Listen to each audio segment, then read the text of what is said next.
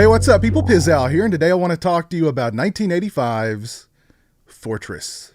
And Fortress is a movie that has haunted me for many years. I've actually talked about Fortress on this channel several times in the past without actually knowing the title and only having the vaguest memories of the film. I actually have you guys to thank for making this review possible. I was asked about movies that scared me as a kid during a recent live stream. Once I started describing my hazy memories of Fortress, several people in the chat said, hey, that sounds like the movie Fortress, and sure enough, it was Fortress. So let me take you back to a night in either 1987 or 1988. I was either 7 or 8 years old at the time. I was at the home of some distant relatives who lived out in the middle of nowhere.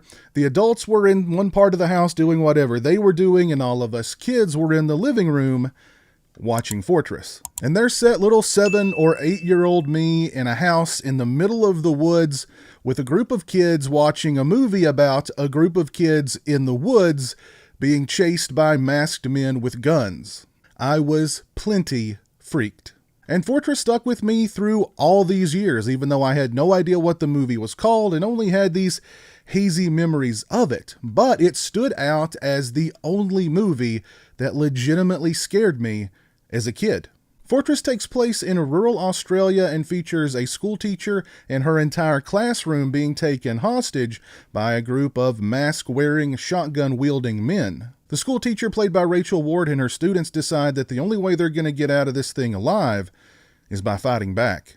And while Fortress didn't quite have the same impact on me now as it did when I was 7 or 8 years old, I can definitely understand why it impacted me the way that it did way back when. There are a couple of rather brutal moments in the film that took me by surprise. And the kidnappers are portrayed as being pretty ruthless, and their treatment of the children is rough, to say the least.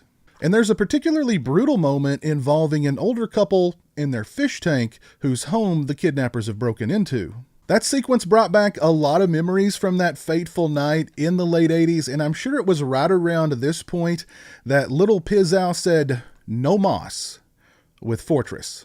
The kidnappers' masks, another element of the film that stuck with me through all these years, are rather unnerving, particularly that of Father Christmas, who you can see over my shoulder. Fortress never quite rises above having this very made-for-television movie look and feel, but since it was made for HBO, they were able to get away with more in the way of violence and the kinds of situations that they put the children in. For instance, one of the kidnappers takes an uncomfortable liking to the oldest girl in the class, and when the teacher and her students decide to fight back, they do so in a very Lord of the Flies kind of way.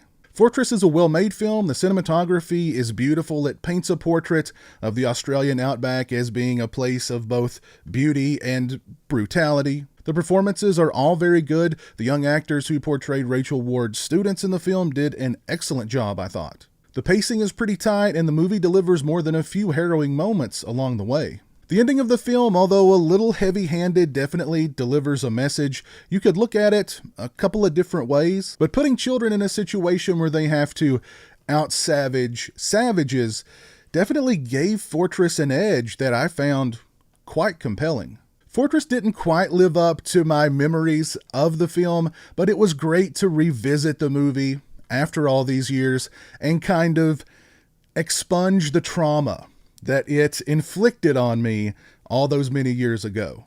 If you've not seen Fortress, I recommend it. This very bare bones DVD I picked up on Amazon for around $15 or so, I do believe. And I think the movie has been uploaded in its entirety on YouTube, so it's out there. Thank you all again for making this review possible and for providing me some closure when it comes to really the only movie that legitimately scared me when I was a kid. I appreciate it. If you like this video, please leave it a thumbs up and share it on social media. If you're not following me on social media, those links are in the description. As always, thanks so much for watching. I really appreciate it. Take care, and until next time, peace. A big thank you to all my awesome Patreon supporters. I appreciate your generosity and support of my channel. Become a patron today and join me for monthly live streams and have a say in what movies I review on my channel. Patreon.com/Pizowell or follow the link in the description.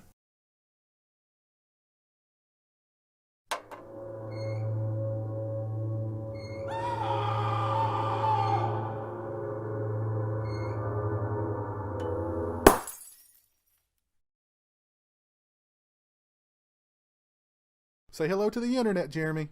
Hello to the internet.